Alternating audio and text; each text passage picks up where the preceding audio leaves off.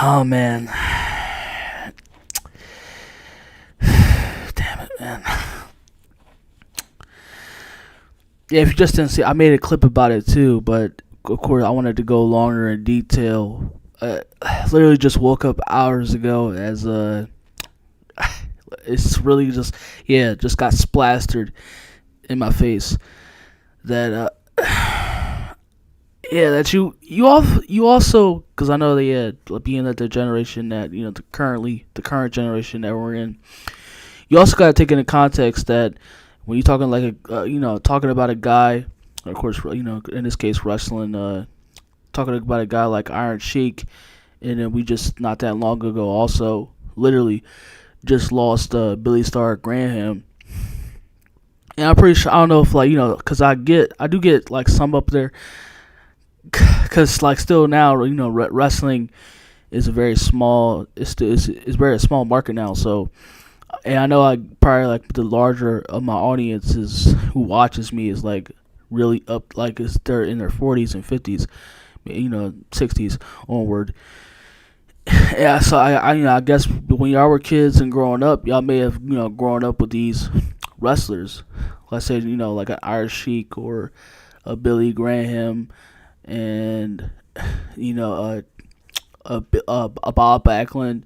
Of course, that was way before my time. And so you have to understand that these wrestlers, they're a part of an era too that's far succeeded. Basically, that's a part of history now. That's a part of human history. And there's just so many of them left too. Isn't that crazy too? Just wow. And I guess he was like really up there, also up there in age too. So it's kind of appropriate, but good enough that he lived a full long life, surrounded by others that loved him. So yeah, and they shout out like I know also the saying pretty much like one of the sayings, the early sayings of human beings in general. Yeah, like you can't outrun or you can't cheat death.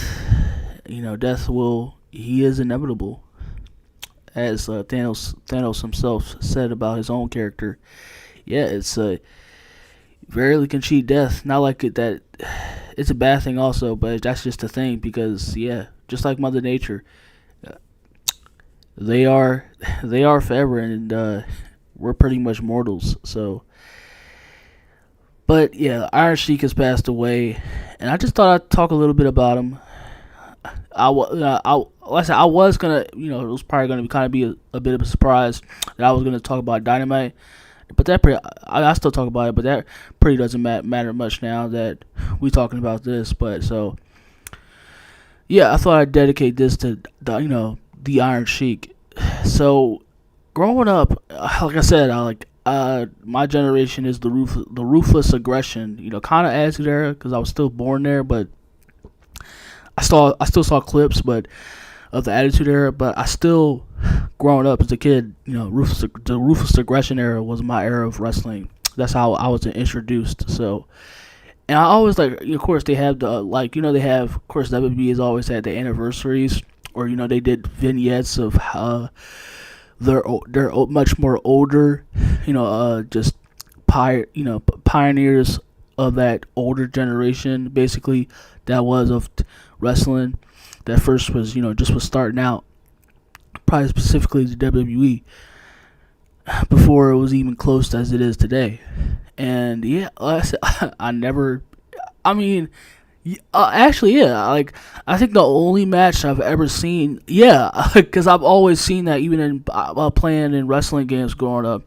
I've always seen the match, of course, that's most reminiscent to everybody, the wrestling community. That's he had a match with obviously when he put over Hogan, and that's funny also too, considering that real life in between him and Hogan. He put over Hogan, and then I think the match he also had was Sergeant Slaughter. Like, those are the only two matches that I've seen of the Iron Sheik. And also, I'm pretty sure whether or not, because I still got a lot to learn. obviously, that about given that how much he's contributed. But I'm not. It's not like I really. It's not like I acknowledge and do give notice to the fact that he's contributed to the business, and he gave a lot to the business, considering that when it comes to like I just mentioned, Hulk Hogan, and started that plethora of wrestlers that basically started the WWE, and further immortalized the WWE and just into the mainstream wrestling as a whole. But and like I said, I have a very obviously when it comes to like somebody just like a public figure, being in this case wrestling, that Iron Sheik, just in anything, like I rarely have any. I mean, close I can say to that is like Clint Eastwood and Jack Nicholson. Those were pretty much, because like I said, I grew up like a family that was pretty much born in the 80s, so they watched a lot of real just like parts of that generation. So, and that's what I grew up on, 80s, 90s, 70s. Like I said, I was born in the 2000s, but I would watch specifically stuff from that era, and it kind of sucks too, because I wish I could have, but I wish, because he was pretty entertaining too. And it just goes also his personality. I wish I could have saw more of that, considering that he's inside in real life too. Because man, the battles that he had with Hogan was just specifically on Twitter, man. That's gonna be missed too. Oh man, I should have saw more too, given that. But when he was not sticking it to Hogan literally every time on Twitter, he was, oh my gosh, man, he was just straight up clowning, man.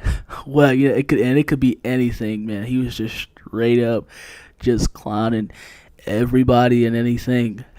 And it was, that was funny to watch, bro. Like, it just goes to show you that his overall personality, and some people would call that very toxic, but I mean, it's not like he was promoting. It's not like he was just like, I mean, unless you like you see every day with rappers, pretty much with rappers, and how they do much more when it comes to violence and like sex and stuff like that, glorifying. It's just like, I'm just saying, like, in a sense where he just like all day on Twitter would just talk shit, basically.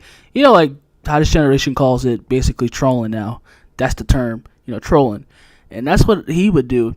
That's pretty much, I guess, what the generation would probably know him for, because that's their introduction to the Iron Sheik, specifically. Probably something also Ric Flair too, and like in his case. But that's probably like will be their introduction of where, pretty much.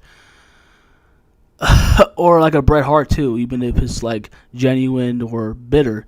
That's their introduction to them. They're acting like it's like your uncle that's just acting like a crazed maniac, and you just you have no idea what they are, or whatever the hell they're doing and stuff like that. So and that was pretty much my introduction to him. Like I said, whenever I would see him on Twitter, or just very rarely growing up, that's what I would always see of him. And just let's say, I wish I could have wish that WWE could have utilized more than that also, considering that he started pretty much without him he would